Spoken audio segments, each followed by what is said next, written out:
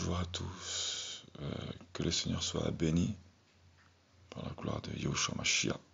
Alors, je tiens à préciser que lorsque j'ai fait ce témoignage, à la base, il était en plusieurs parties. Et je l'ai rassemblé afin d'en faire une seule et même audio. Donc, il est vraiment en 5 parties. Et en espérant que ceci puisse toucher un maximum de personnes, hein, vraiment. Hein. Et voilà, vraiment, toute la gloire revient à Jésus-Christ de Nazareth, Yahushua Mashiach. Et vraiment, voilà, j'ai trouvé vraiment utile donc, de les rassembler. Voilà. Donc, alléluia. Toute la gloire pour le Seigneur Yahushua Mashiach.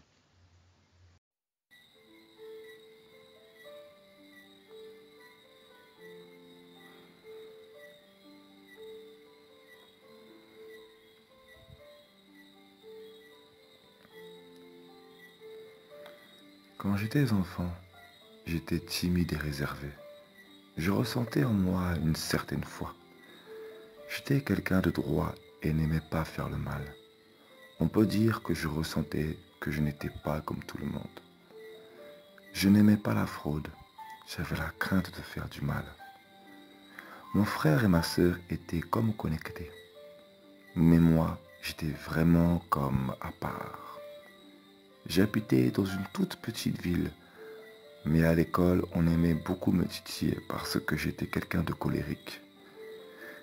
J'avais des problèmes de compréhension à l'école. J'étais très apprécié des camarades, mais je n'avais pas de véritable ami, à part quelques personnes. Je me souviens, étant enfant et pendant mon adolescence, que j'imaginais souvent une femme me prendre dans ses bras pour me consoler, car je ressentais en moi qu'il y avait un manque. Notre père nous rabaissait beaucoup inconsciemment, mon frère et moi, et je pense que l'un comme l'autre avons beaucoup souffert de ça.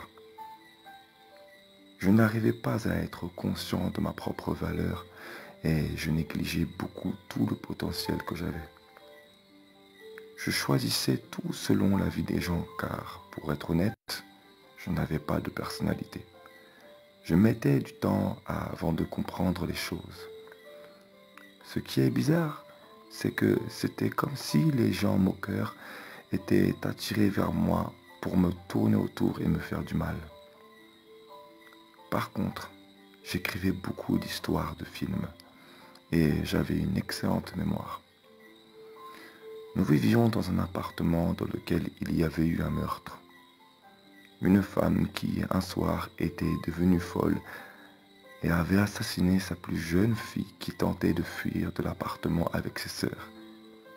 Elle lui avait fendu le crâne. Des phénomènes bizarres, inexplicables pour l'homme, s'étaient passés dans cet appartement. Lorsque j'étais seul, j'avais souvent des désirs de suicide et tentais parfois de le faire. Plus tard, vers l'adolescence, j'ai commencé à m'intéresser à la musique. Je m'intéressais pas mal au basket. Nous avons laissé l'accès à la voyance par les cartes, le pendule et le Ouija. À l'âge de 14 ans, mes parents ont déménagé dans un pavillon. J'ai commencé à me mettre dans le rap. C'était l'époque de NTM, Sectora, etc. Et je voulais leur ressembler, seulement je n'avais pas la personnalité pour ça. Je voulais connaître du monde parce que je voyais que les caïds de l'époque étaient réputés et respectés. Ils pouvaient faire ce qu'ils voulaient et ça m'attirait.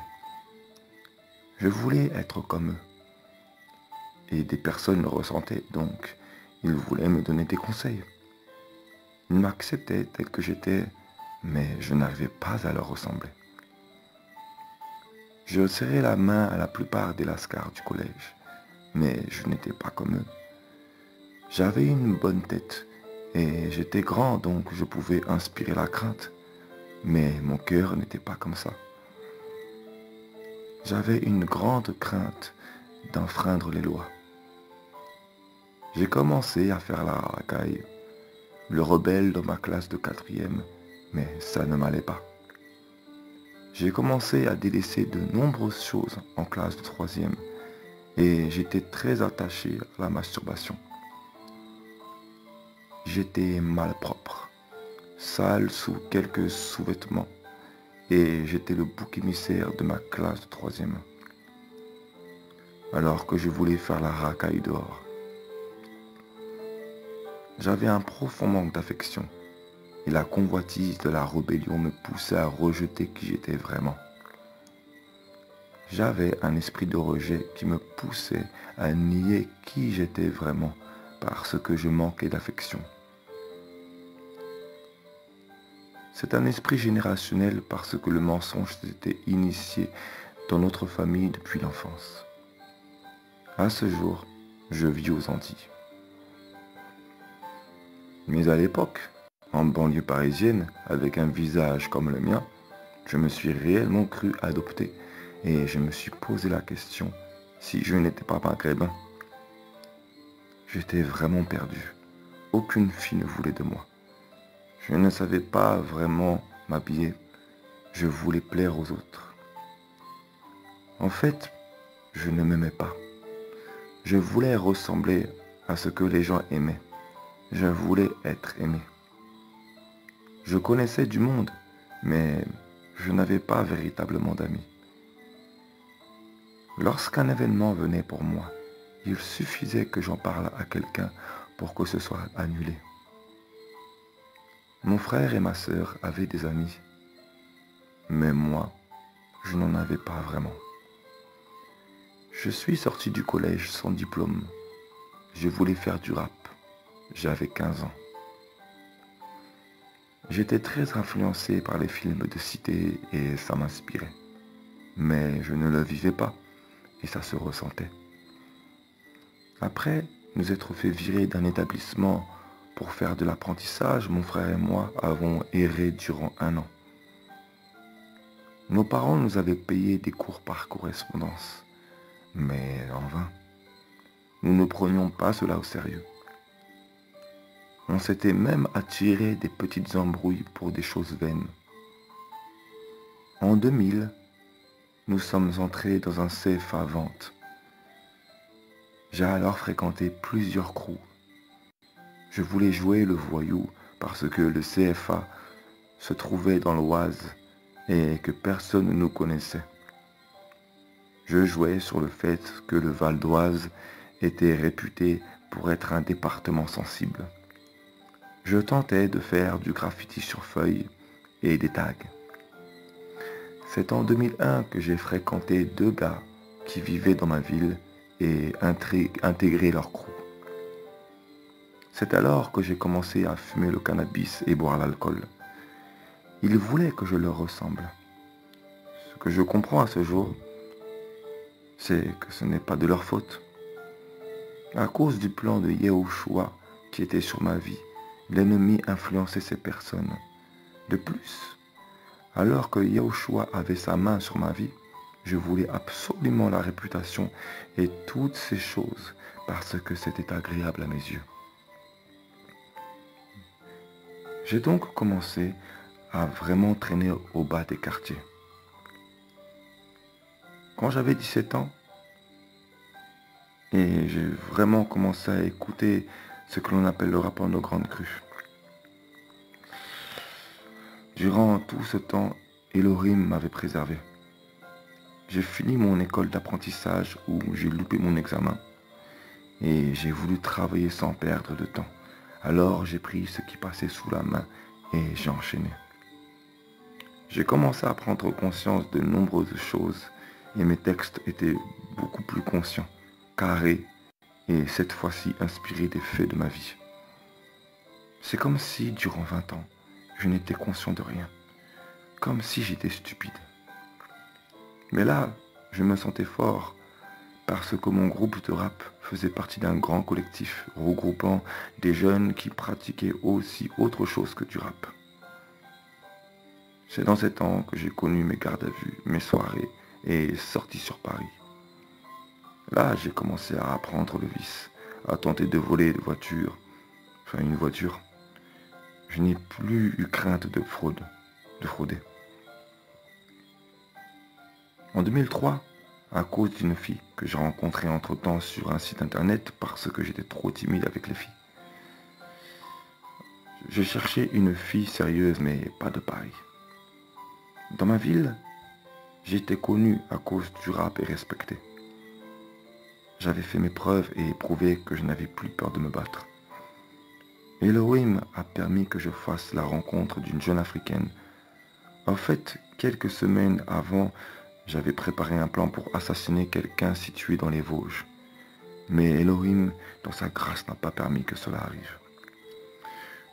Dans ces mêmes périodes, je n'avais plus de scrupules. J'ai donc rencontré cette jeune africaine et c'est à partir de ce temps-là que j'ai vécu l'errance et les pires années de ma vie. C'est là que j'ai connu vraiment le monde spirituel en quelque sorte.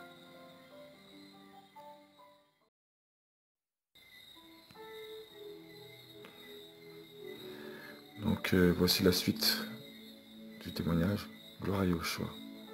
Donc j'avais quitté le foyer familial en suivant cette fille. À rappeler aussi, bon, préciser qu'on était parti voir un soi-disant voyant, un gars des affaires, voilà, avant d'aller dans ce foyer. Et c'est un détail que je tiens vraiment à préciser. On a été sacrifié un mouton à l'époque. C'est très important de le préciser.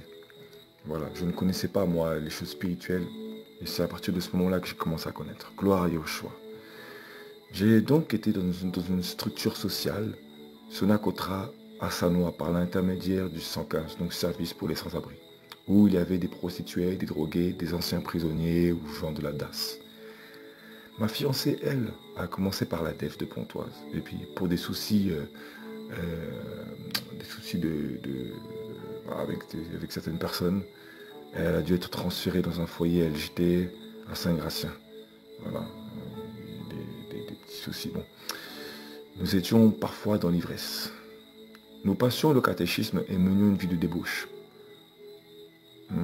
Je précise également qu'on a passé le catéchisme, on menait une vie de débauche et ça dérangeait personne, quoi. Voilà. Nous recherchions Elohim, mais nous vivions dans le péché. J'avais à cette époque 22 ans.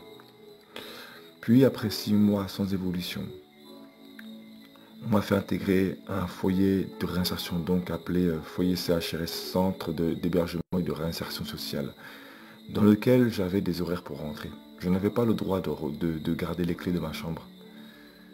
J'avais un suivi sur mes démarches chaque semaine. Et il n'y avait que le week-end que j'avais le droit de dormir à l'extérieur, le vendredi et le samedi soir.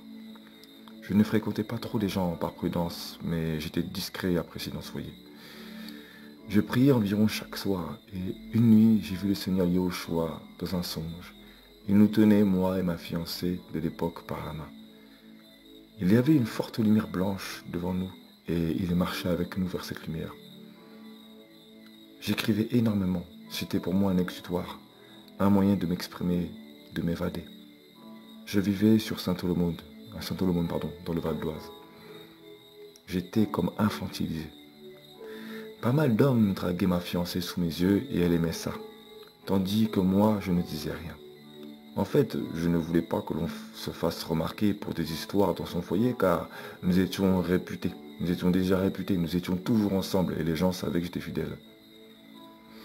Il y a un moment où j'ai quitté mon hébergement et je l'ai rejoint car elle m'a dit qu'elle me prendrait dans son foyer, même si nous risquions de nous retrouver tous les deux à la rue. J'ai donc quitté mon hébergement et suis resté chez elle durant environ 4 mois. Entre-temps, à cause d'une arnaque, je me suis fait dérober ma pièce d'identité. Ma situation fut encore plus compliquée. En ces temps-là, je fus vraiment humilié et rabaissé, comme un sans-papier. J'étais SDF et sans papier. Sans preuve, car j'étais en froid avec mes parents. Donc traité comme un étranger par les services sociaux. J'étais rejeté et personne ne voulait m'aider. Étant envoûté, j'étais comme un enfant et suivais cette fille sans pouvoir prendre de décision de moi-même. C'était l'époque du grand hiver 2006 et les Don Quichotte et des Don Quichotte qui campaient sur les quais de la Seine à Paris, pour ceux qui se souviennent. Voilà. Je souffrais car on se souciait d'eux, mais moi, j'étais seul et je me sentais complètement incompris. Voilà, et donc en fait je voyais ça à la télé, je voyais qu'on s'occupait d'eux, qu'on se souciait d'eux, voilà, on parlait d'eux, et puis moi, bah, j'étais seul dans ma chambre, j'étais au bord du gouffre. Je fus enfermé environ 4 mois dans sa chambre de 12 mètres carrés. Pendant ce temps, j'ai dû appeler le 115 pour réavoir un hébergement. J'ai donc lâché prise. Et après entretien avec un psychiatre et une assistante sociale dans lequel je ne faisais que trembler de rage, étant complètement hors de moi, je ne pouvais plus parler car j'étais à bout face à des personnes qui voulaient faire un constat de mon état psychologique et de mon destin à ma place sans m'écouter avec une réelle attention. Et je tiens à préciser également que d'ailleurs ce psychiatre il m'a dit en m'envoyant là-bas, si jamais je vous revois, voilà, que vous partez quoi et que je vous revois hors de ce centre, de cet établissement. En fait, il ne voulait pas me revoir avant d'avoir réglé mes choses là-bas. Voilà. Et il m'a dit, je ne vous prendrai plus en main, en compte. Je ne sais plus comment il a dit ça, bref, ça date, ça fait très longtemps. On m'envoya donc à ce centre psychiatrique situé sur Beaumont-sur-Oise. Mais le Seigneur a permis que j'ai sur moi un texte de slam dans lequel j'exprimais la vie actuelle que je menais. J'ai donc lu le texte devant la directrice de l'établissement psychiatrique qui a accepté d'écouter. Elle a donc tout de suite compris la situation et s'est rendue compte de mon état de vie et m'a dit « Mais monsieur, vous n'êtes pas fou, vous n'avez rien à faire ici. On ne vous écoute pas et vous êtes méprisé et enfermé. Il est logique que vous soyez dans cet état. Ne restez pas là, sinon vous allez vraiment devenir fou. Soit vous partez ce soir ou demain ou plus tard, mais vous n'avez rien à faire là. » Et j'ai donc quitté le centre psychiatrique le soir même. Je n'avais pas de richesse, pas d'emploi, je n'avais rien. Pourtant, beaucoup étaient jaloux de moi. Il y a eu un temps où nous nous sommes retrouvés à 2 dans une chambre de 9 mètres carrés. Lorsque j'appelais le service d'urgence 115, je restais 1 à 2 heures à attendre pour finalement devoir rappeler, car le temps d'attente était écoulé. Et j'attendais encore 1 à 2 heures, donc 2 heures à 4 heures, ou même 6 heures pour finalement entendre qu'il ne leur restait plus de place. Je n'avais plus de logement et honnêtement, je pensais que c'était fini pour moi, que ma vie était terminée. Alors bien évidemment, certains vont se dire, donc il était jeune, et se dire ça à cet âge-là, quand même c'est un peu... Ah ouais, mais quand on le vit sur le coup, croyez-moi, quand on le vit sur le coup, on pense vraiment que c'est la fin. Faut le vivre pour le comprendre. Puis le Seigneur a fait le miracle. Je pense qu'Elohim a permis cette situation pour me châtier et me faire comprendre qu'on ne foule pas ce qu'il nous donne aux pieds. Le service social 115 m'a trouvé un logement au bout de 8 ou 9 mois dans un foyer Sonacotra, un des plus anciens qui était sur la commune située à la limite de Sartrouville, donc dans les Yvelines, le 78. Le foyer était très sale.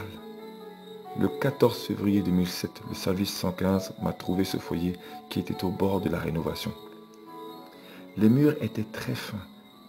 Les voisins auraient même pu entendre une fermeture éclair si elle frottait très légèrement contre le mur. Et le foyer était très sale. Les chambres faisaient 6 mètres carrés. On s'entendait parler au travers les murs. En 2004, j'avais pris 3 ans de sursis pour outrage, rébellion et agression sur agent dans l'exercice de ses fonctions. Mon sursis prenait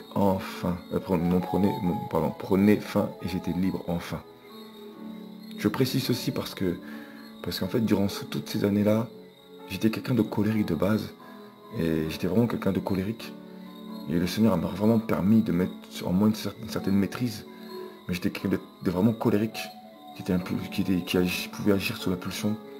Et il m'a vraiment gardé, quoi. Voilà.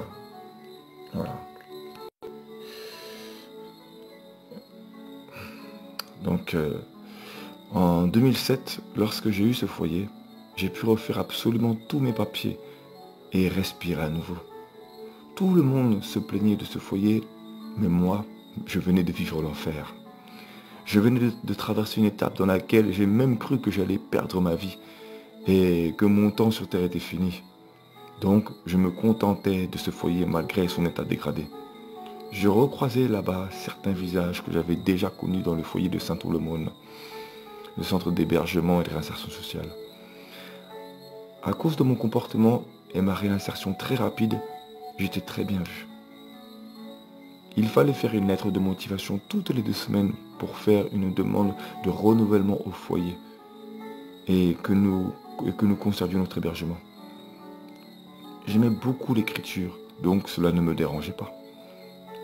En avril 2007, j'ai été transféré dans un foyer renouvelé à cause de mon comportement. J'ai donc obtenu une studette de 18 mètres carrés avec toilette et douche inclus. Pour moi, c'était un palace, une résurrection. Quelques temps plus tard, j'ai passé mon baptême catholique. J'étais très croyant, pratiquant. Nous prions les saints, enfin les soi-disant saints quoi, les anges, soi-disant les saints quoi. Voilà. Et tout ce qui va avec. Et nous vivions toujours dans la fraude, le mensonge et le péché. Nous avions des portraits de Yahushua. Voilà. Et des statuettes. Nous faisions brûler des encens aux saints. Enfin, voilà. Etc. J'ai trouvé une formation dans le travaux publics, mais une fois de plus, j'ai raté mon examen. En fait, sans aucune raison, personne ne m'aidait à porter les bordures que nous devions mettre en place pour former le trottoir qui nous était demandé de faire pour cet examen. Alors que tous s'entraidaient les uns les autres, c'est comme si tout le monde avait comploté contre moi, alors qu'on avait l'habitude de tous rire ensemble. J'ai donc été dans une grande colère et me suis blessé. Je vivais dans un quartier d'Argenteuil dans lequel je n'étais pas apprécié par certains jeunes, sans aucune raison.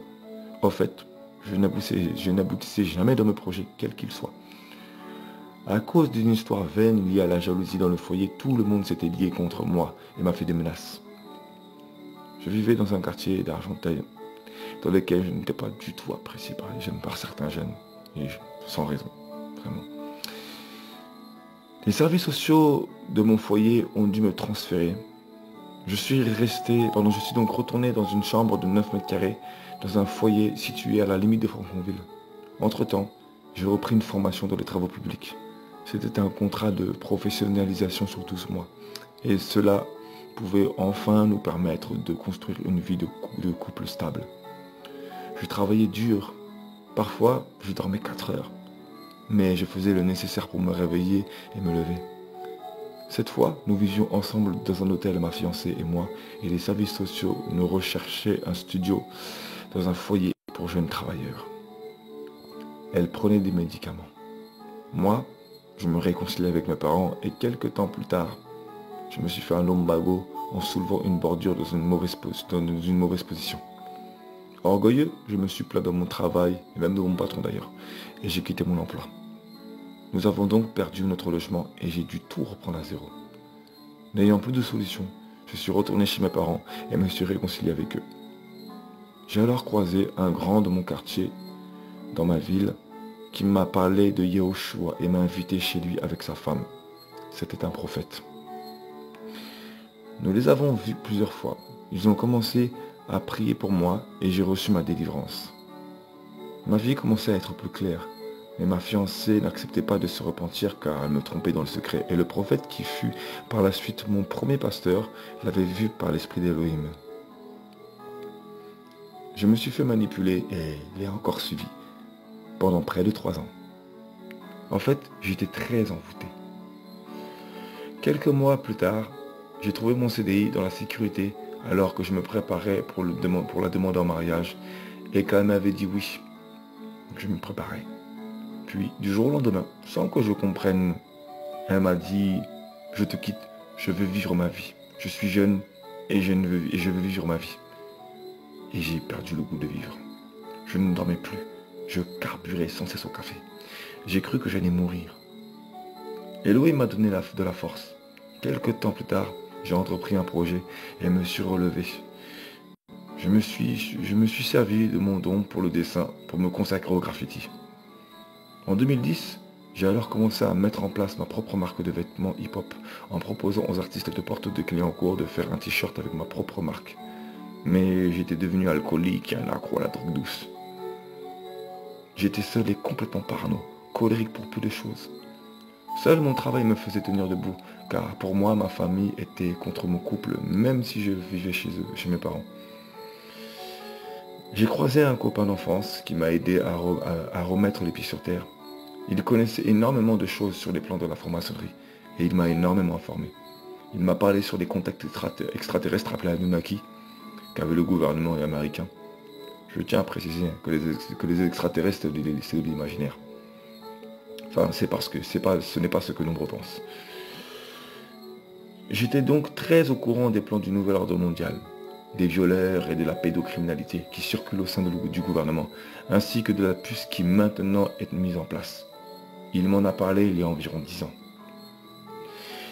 Il m'a donné beaucoup de force et donné un coup de pouce en s'occupant du côté infographie dans l'entreprise. J'allais donc voir moi-même les clients.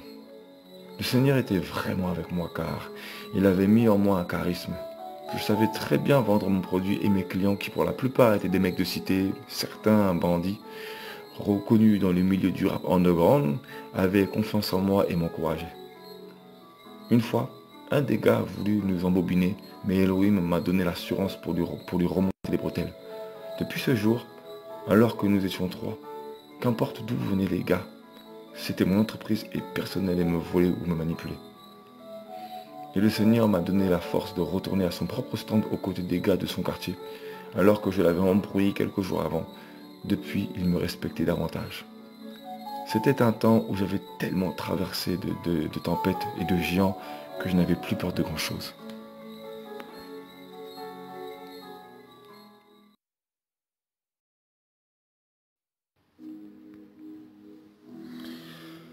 Alors, voici maintenant la troisième partie du témoignage. Toute la gloire revient à Yeshua, vraiment toute la gloire lui revient.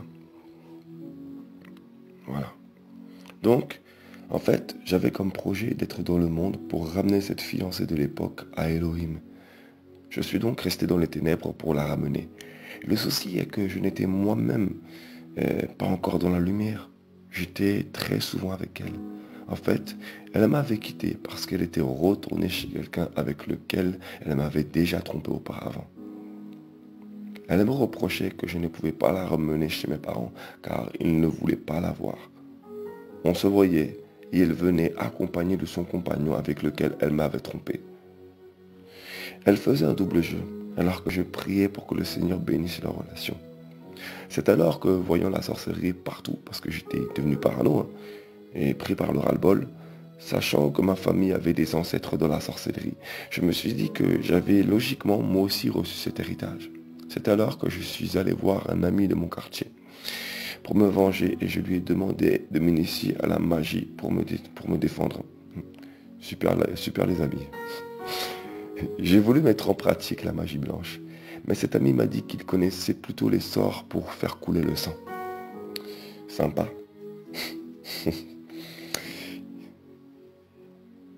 Il allait commencer à m'initier, alors que je cherchais en même temps à me renseigner pour savoir comment faire des voyages astrales. Je voulais sérieusement m'intéresser à ces choses. En fait, je voulais simplement me défendre, mais j'ai appris avec le temps que c'était pas la meilleure solution du tout. Puis un jour, alors que je parlais avec cet ami, Elohim m'a ouvert les yeux spirituels et j'ai commencé à avoir un œil de reptile sur lui. Voilà, donc à la place de son œil, j'ai vu un œil comme un œil du serpent, un œil de reptile. J'ai compris de quoi il s'agissait, mais je voulais quand même comprendre. C'est-à-dire que je voulais aller plus loin. Le Seigneur m'avait donné l'intelligence de comprendre.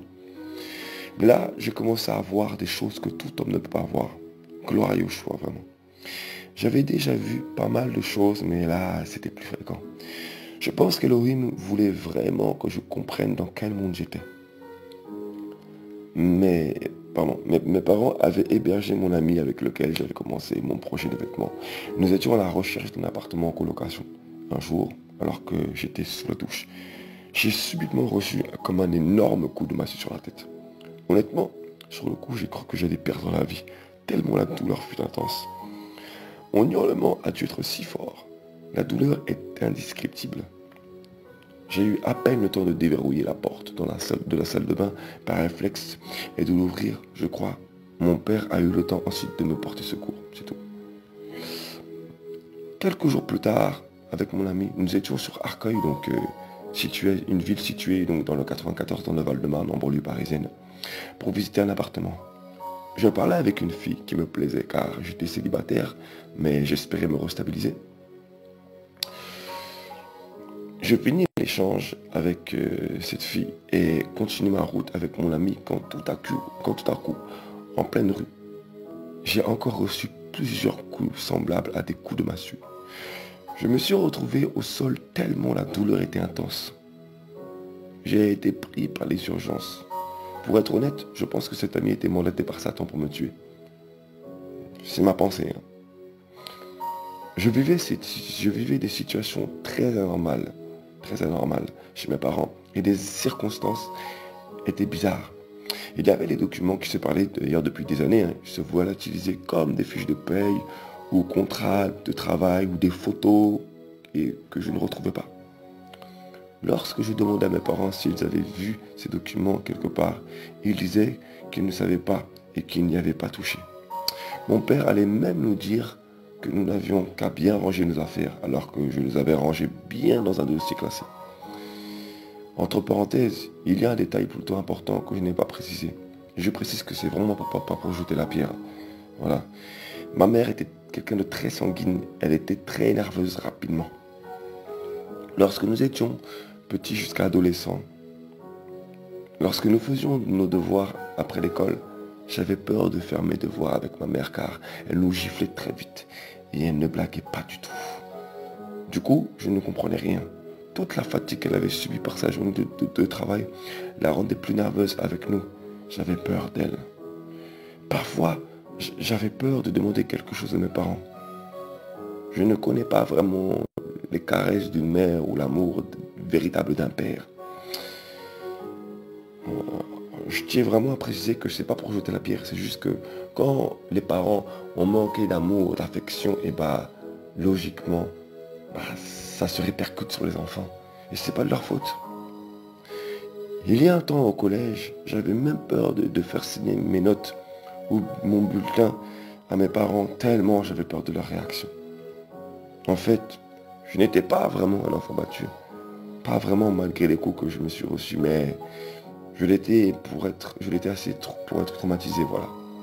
Donc ils n'avaient pas la connaissance de Yahushua, donc logiquement, voilà, bref. Comme je le disais, nombreux dossiers avaient disparu et réapparaissent des années plus tard. Et je sais aujourd'hui que c'est lié à la sorcellerie. Des personnes de ma famille avaient besoin de certains documents pour bloquer les affaires de ma vie.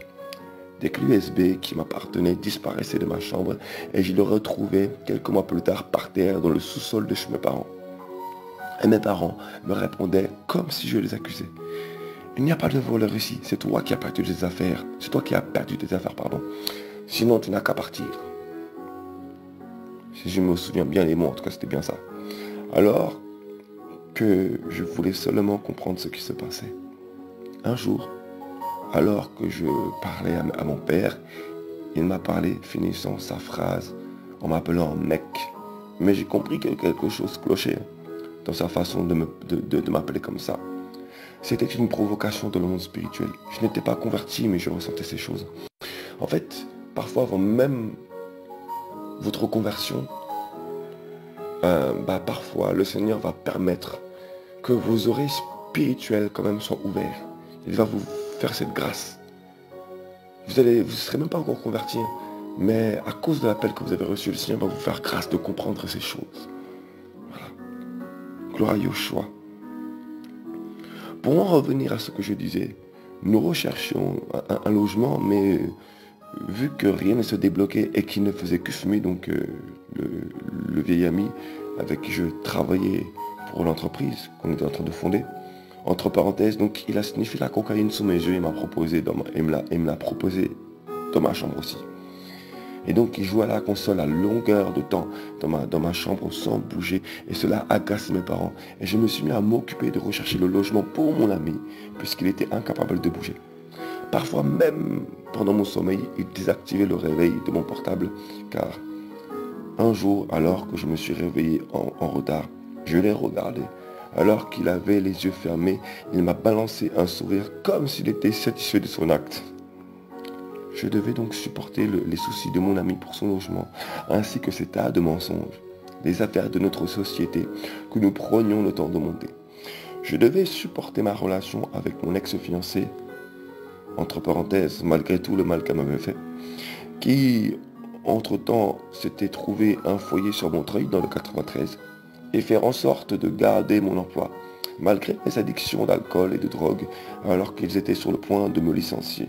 Et mes parents nous supportaient, mais nous mettaient la pression pour que l'on parte. Je donnais à cette fille tout mon argent. Je lui avais donné ma carte bancaire et elle s'achetait tout ce qu'elle voulait et m'insultait de tous les noms. En fait, elle s'est dégradée sous mes yeux, sans même que je ne me rende compte. Lorsqu'elle m'a quitté, j'avais si mal que j'avais pris comme projet de partir à l'île de la Réunion pour refaire ma vie. En ce temps-là, j'ai réussi à m'occuper de tout. J'étais, entre guillemets, un drogué, un alcoolo. Mais j'arrivais à m'occuper de mes recherches de logement et d'autres affaires. La fille a finalement été diagnostiquée comme handicapée psychologique. Pourtant, je lui disais sans cesse qu'elle n'a rien d'handicapé. Elle s'était finalement mise avec un prisonnier et jouait sur mon dos.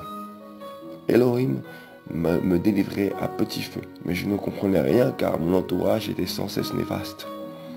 Mon ami appelait le 115, mais ne savait pas comment parler, alors j'ai dû absolument tout faire à sa place.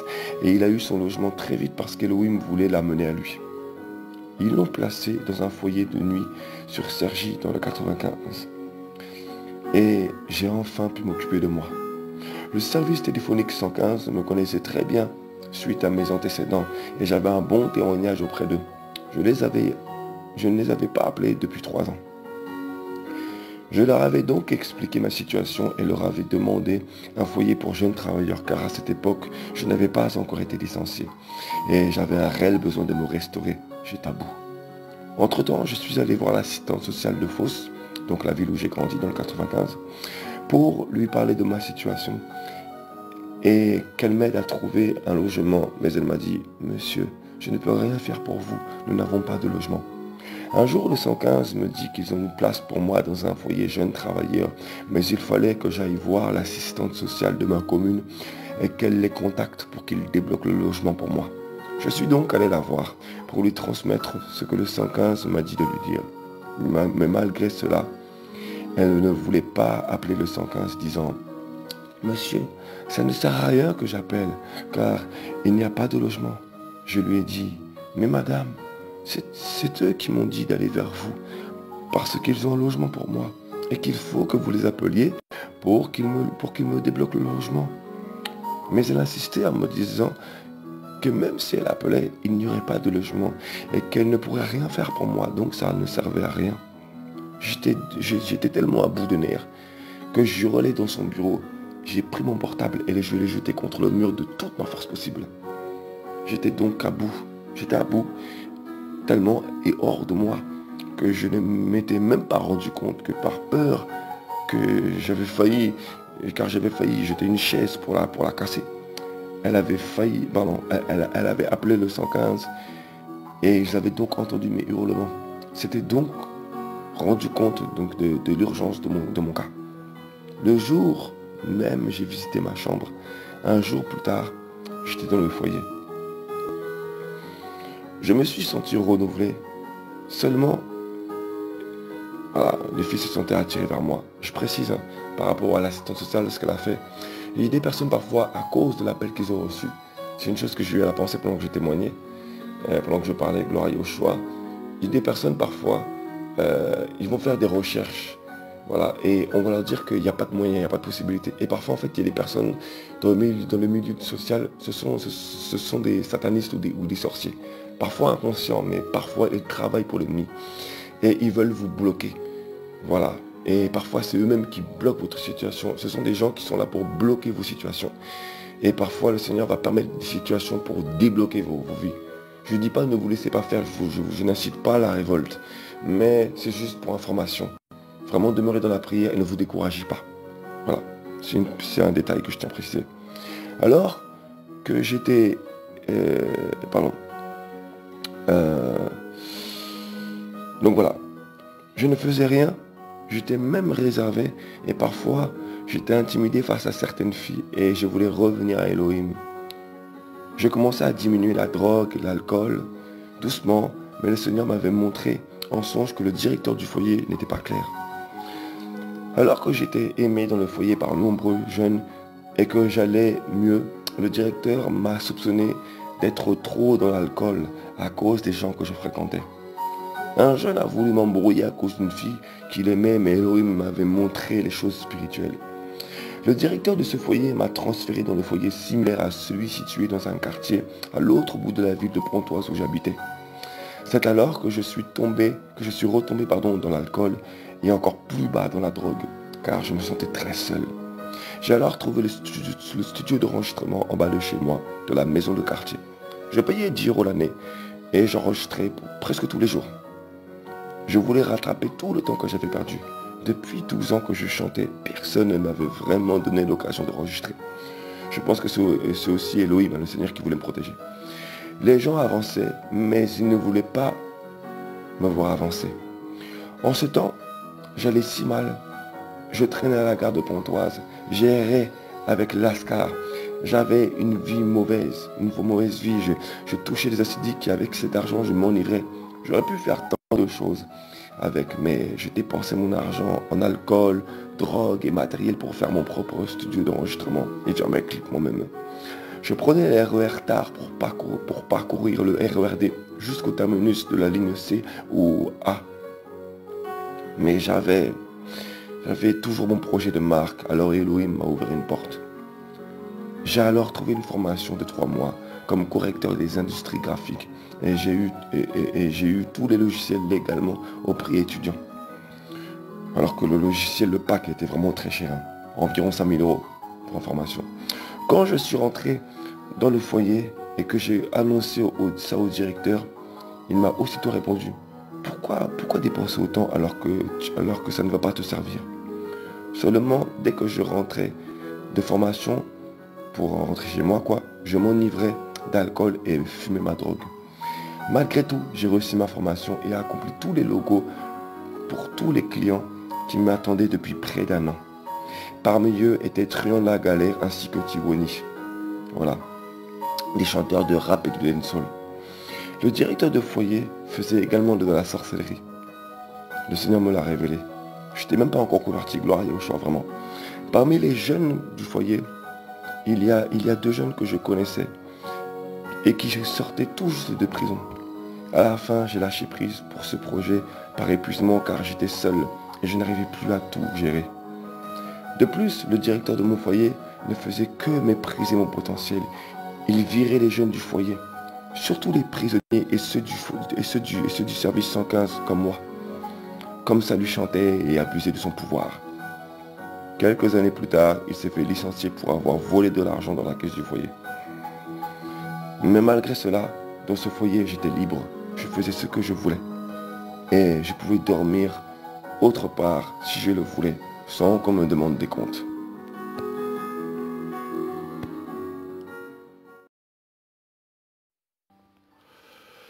Voici donc la 4e partie maintenant du témoignage. Donc encore une fois de plus, toute la gloire vient Yahushua, vraiment. Voilà. Donc dans ce foyer, j'étais donc très seul et commençais à chercher Elohim. Mais entre la drogue, l'alcool et la déception, c'était compliqué. J'étais ivre assez souvent et sortais le soir vers 1 h de la nuit pour aller à l'épicier avant sa fermeture pour m'acheter 1 ou 2 canettes de Utis ou en bouteille aussi d'ailleurs. Sinon l'alcool fort, moins cher car je voulais être à chaud pour terminer ma nuit.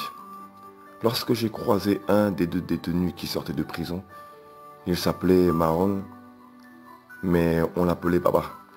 C'était un Malien ou Sénégalais, il venait de Goussainville, du quartier des Grandes Bornes. Donc je l'avais connu 10 ans avant, car j'avais traîné un temps avec des potes à lui de la cité Ampère, et je l'ai connu là-bas. J'ai gardé un très bon souvenir de lui. Il a ressenti en moi cette audace et cette discrétion que j'avais.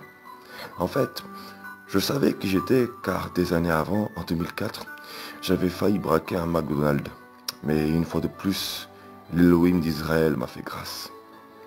J'étais errant et je vivais à cette époque chez mon ancien voisin où la petite fille s'était fait assassiner, donc de l'appartement où j'avais fait mon enfance.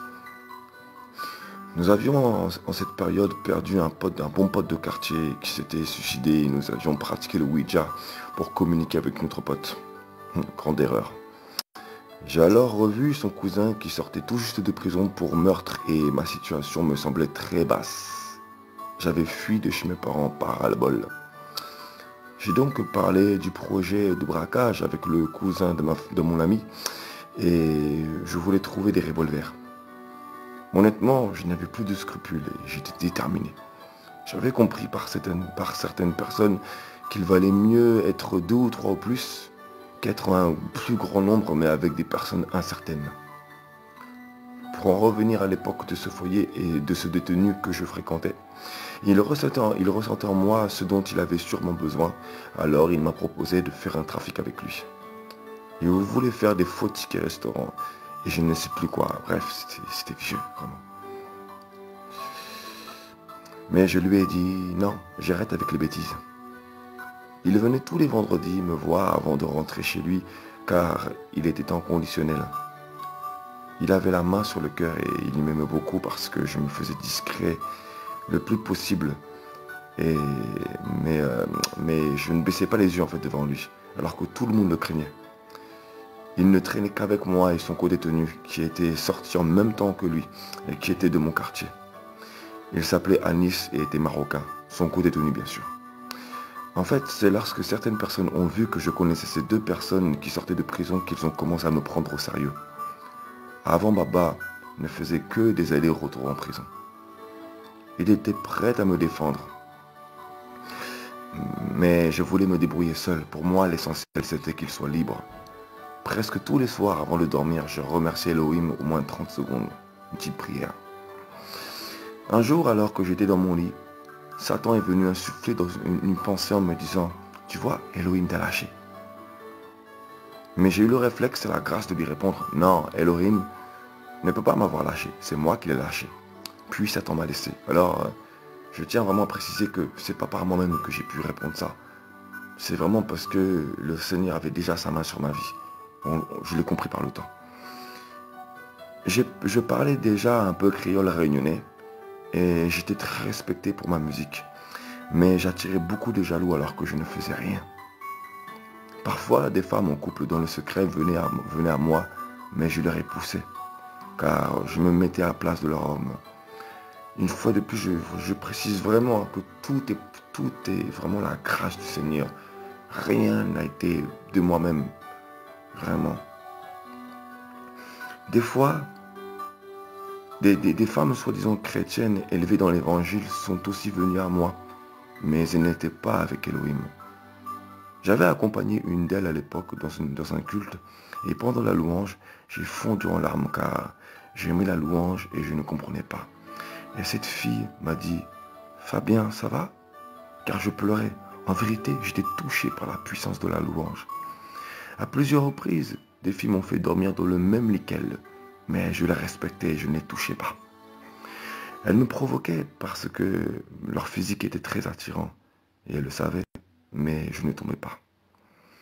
Si je racontais tout, ce serait trop long, donc je vais aller maintenant à l'essentiel, car je me suis aperçu après ma conversion que dans ce foyer, j'étais entouré de sorciers. Un jour, j'ai rappelé mon ex-fiancée avant qu'elle coupe les ponts avec moi.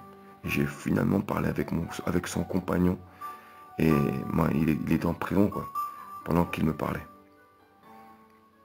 En fait, il me faisait comprendre qu'il ne blaguait pas. Mais je le réprimandais sans cesse, car je lui disais clairement « Tu te prends pour un chaud parce que tu es en prison. Mais en vérité, si tu es tombé, c'est parce que tu n'étais pas assez malin. » Bon, bien évidemment, la malice n'est pas du Seigneur. Le Seigneur nous donne une intelligence, mais c'est pas la malice. Voilà. Et il n'apprécie pas du tout. Un jour, il m'a menacé en me disant « Si tu ne laisses pas Natacha tranquille, je connais l'adresse de chez tes parents. Je vais envoyer une équipe pour brûler ta famille. » Ma seule réponse fut « Ok, tu as parlé. » mais il avait touché un point qu'il n'aurait pas dû. Une fois le téléphone raccroché, la phrase a tourné en boucle dans ma tête. Depuis des années, j'avais appris à ne plus parler et je connaissais juste les personnes dont j'avais besoin. Durant 3 nuits, j'ai pleuré de haine et mon seul souhait, c'était de lui apprendre à ne jamais menacer la famille de quelqu'un. J'ai alors été voir des personnes pour demander s'il n'avait pas un revolver. J'ai trouvé un de mes voisins qui avait un revolver à gomme. Je l'ai lui acheté. En fait, je voulais attendre sa sortie de prison pour lui tirer dans les jambes. Je ne voulais pas le tuer. Quelque temps plus tard, j'ai été dans une cellule de prière où était le prophète, le grand de mon quartier, qui était prophète. J'étais vraiment égaré et dans les ténèbres. Il m'a dit, « Fabien, tu cours un grand danger avec cet homme. » En réalité, il me faisait comprendre, il m'a dit clairement que je risquais ma vie en fait. J'allais au péril de ma vie en fait. Mais j'étais trop dans les ténèbres et j'avais un grand désir de vengeance. Finalement, le Seigneur a permis qu'elle coupe complètement les ponts avec moi. Avant qu'elle coupe définitivement les ponts avec moi, elle m'a proposé de me remettre avec elle, mais j'ai refusé en lui faisant comprendre qu'elle m'avait trop fait la misère. En fait, son compagnon était en prison et vu qu'elle était enceinte, elle avait besoin de quelqu'un pour élever son enfant. Quelques mois plus tard, je regrettais mon choix, étant encore attaché à elle, et je l'ai rappelé car elle me manquait. Mais Elohim a permis qu'elle me rejette en m'insultant. Plus tard, j'allais dans une église évangélique située à cette époque à Saint-Oulomone, et un prophète anglophone venu d'Afrique venait. Je ne me souviens pas du tout de son message. Mais je me souviens qu'une forte puissance se dégageait de lui. Il a prophétisé sur moi et a prié pour moi. Et j'ai été délivré de tous les démons qui me liaient. Quelques jours plus tard, je suis retourné dans un état pire que celui d'avant. Elohim m'avertissait de ce qui se passait dans le secret et la nuit pendant mon sommeil. Un jour, pendant mon sommeil, il m'a transporté en esprit dans une réunion de sorciers et m'a montré le rassemblement qu'ils faisaient dans une salle. Je les voyais et j'étais derrière un rideau rouge. Je souffrais terriblement. Alors que je continuais la musique, mes textes étaient crus et pleins de colère. Je souffrais car je vivais l'injustice. Quelque temps après tout ça, je croisais un copain avec lequel j'avais été dans une formation pédagogique. Nous avions collaboré, lui et moi, dans un de ses projets musicaux et j'avais participé à un de ses clips.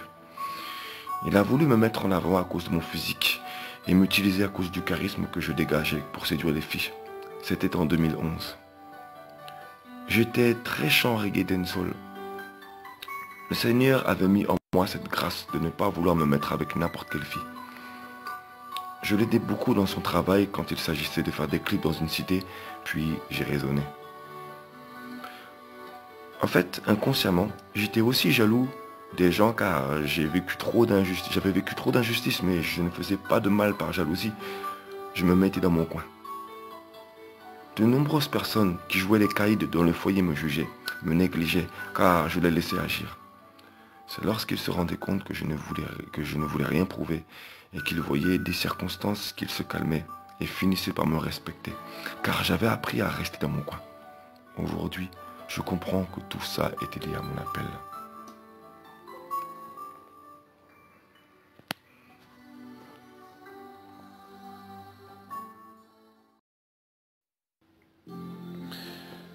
Donc, voici maintenant la dernière partie de mon témoignage. Toute la gloire vient à Yahushua, vraiment.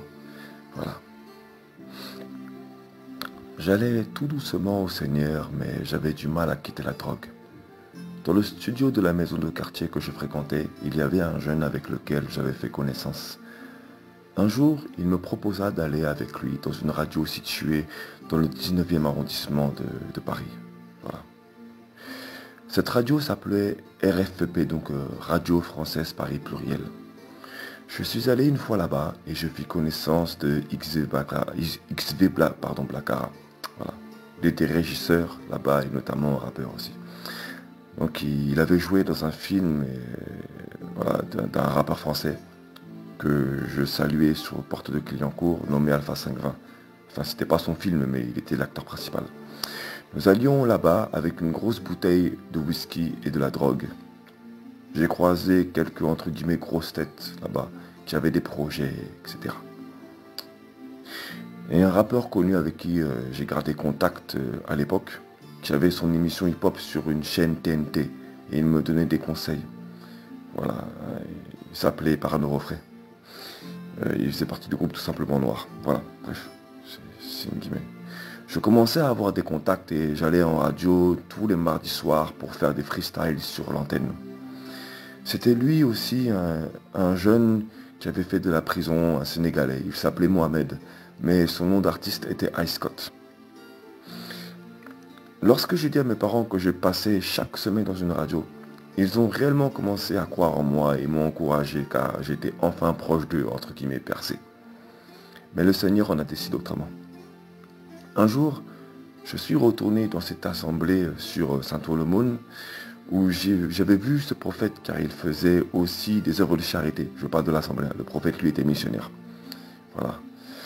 Enfin, je parle du prophète qui avait prophétisé sur ma vie, qui avait fait une délivrance. Voilà, il était anglophone. Voilà, donc j'étais retourné dans cette assemblée-là. C'était un jour de répétition pour le groupe de chant, si mes souvenirs sont justes. Je me souviens avoir vu à la première allée des démons dansant en sautant devant l'estrade. Les démons étaient petits. Ils ne devaient même pas faire 1 mètre de haut, à tout casser. Le beau-fils du pasteur voulait absolument me convaincre de donner ma vie à Dieu au choix. Il m'avait parlé durant près d'1 heure, mais je ne le sentais pas. De plus, des moustiques dévoraient les jambes. En fait, c'était une période où j'étais en phase de conversion.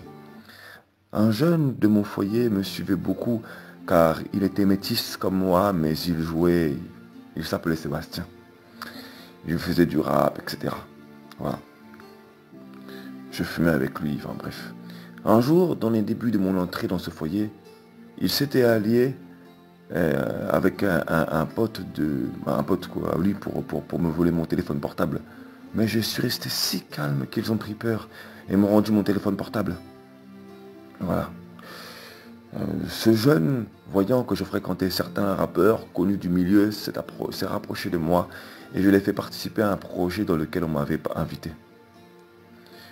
J'ai découvert par le temps que c'était un voleur.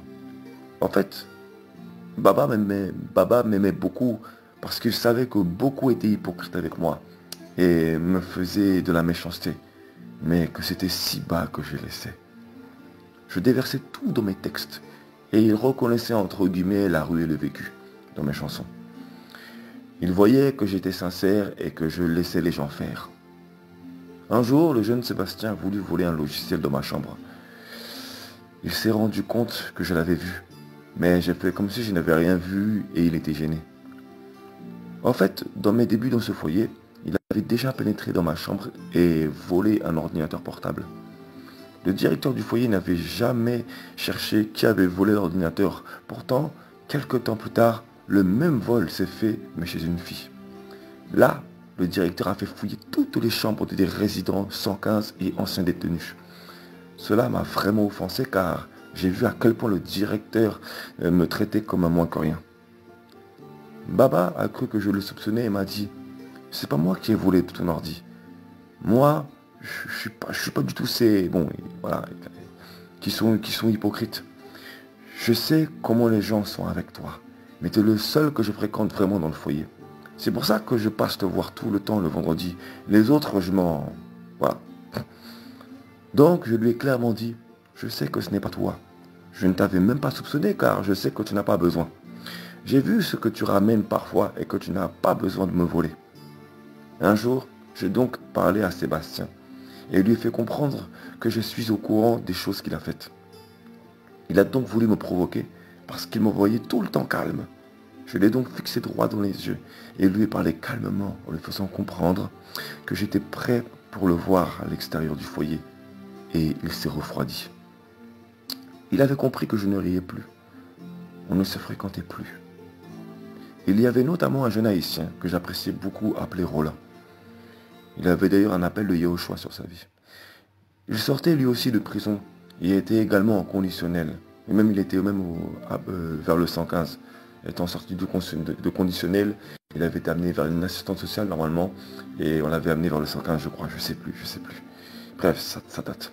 Il passait souvent me voir chez moi aussi. Le directeur l'a fait virer du foyer en l'accusant faussement et injustement, je précise. Bref, c'est du passé. D'avoir volé l'ordinateur d'une fille parce qu'il ne l'aimait pas. Ce jeune est après parti me voir et m'a raconté l'injustice que ce directeur lui avait fait.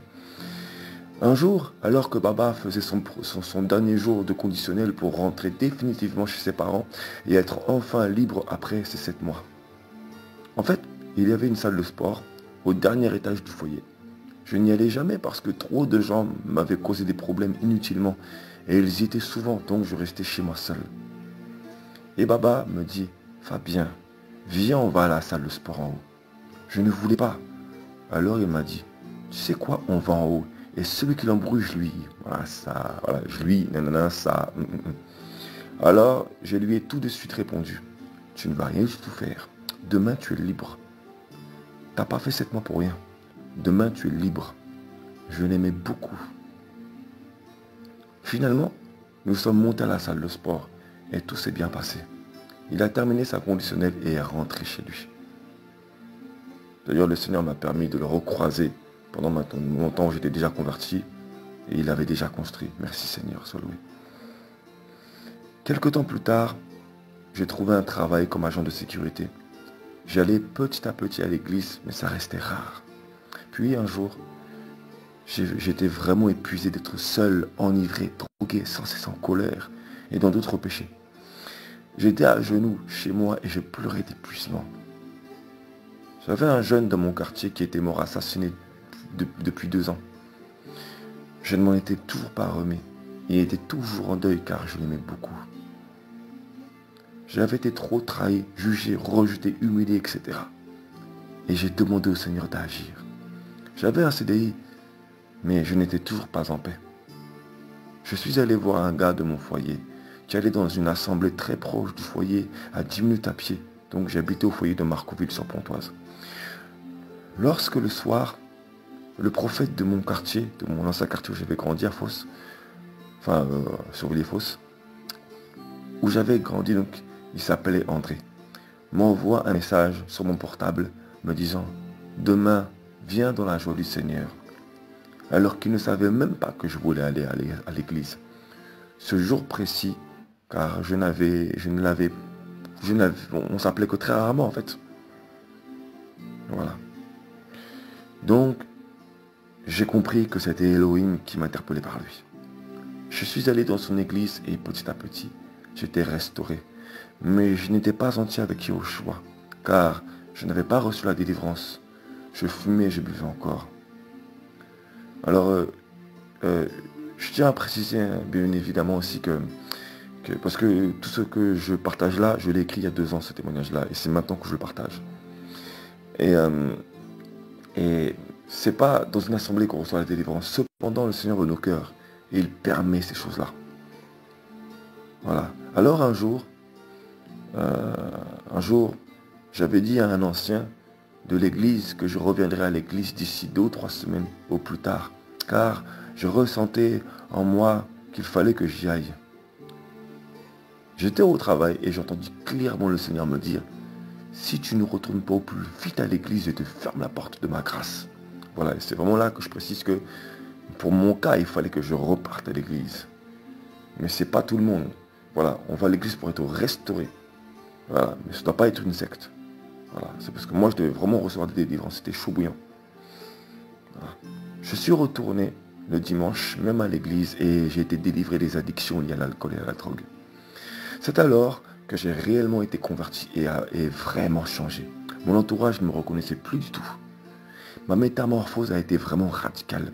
Tout le monde fut choqué et les gens ont commencé à me prendre pour un fou. Après 4 mois de conversion, le Seigneur Yahushua m'utilisa comme outil pour effectuer une première délivrance chez un copain avec qui je faisais du rap.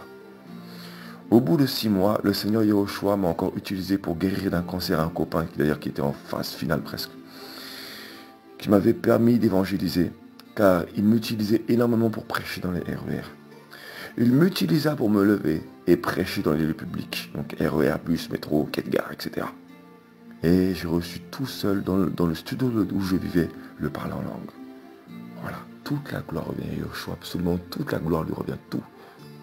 Le cœur de l'homme est mauvais dès sa jeunesse. C'est Yahushua qui nous fait grâce chaque jour, chaque matin. Il nous donne un souffle de vie afin de pouvoir marcher dans sa présence. Voilà, afin de pouvoir comprendre le souffle. Le souffle, c'est sa vie, c'est son esprit. C'est ça le souffle. Voilà. C'est la main d'Élohim sur nos vies, Yahushua Mashiach, le seul Seigneur et Sauveur. Alléluia. Vraiment, j'espère que ce témoignage, on va en fortifier ça, notamment certains rappeurs, j'espère, certains chanteurs et certains jeunes, j'espère vraiment que cela vous fortifie. Et je précise, parce qu'il y a un moment donné dans le témoignage, dans la 3e partie je crois, je précise que il y a des assistantes sociales qui travaillent pour l'ennemi. Alors je précise, ne soyez pas parano et non révoltés.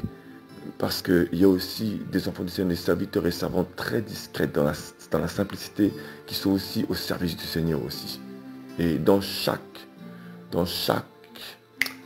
tranche de métier, il y a souvent donc il y a des combats, des guerres entre les ennemis venant les agents de l'ennemi et les agents du Seigneur. Voilà, il ne faut pas non plus tout mélanger et devenir paranoïaque non plus. Voilà, j'espère que vous recevrez votre délivrance au nom de Yahushua par sa grâce. Alléluia. Voilà, le Seigneur revient bientôt. Gloire à Yahushua.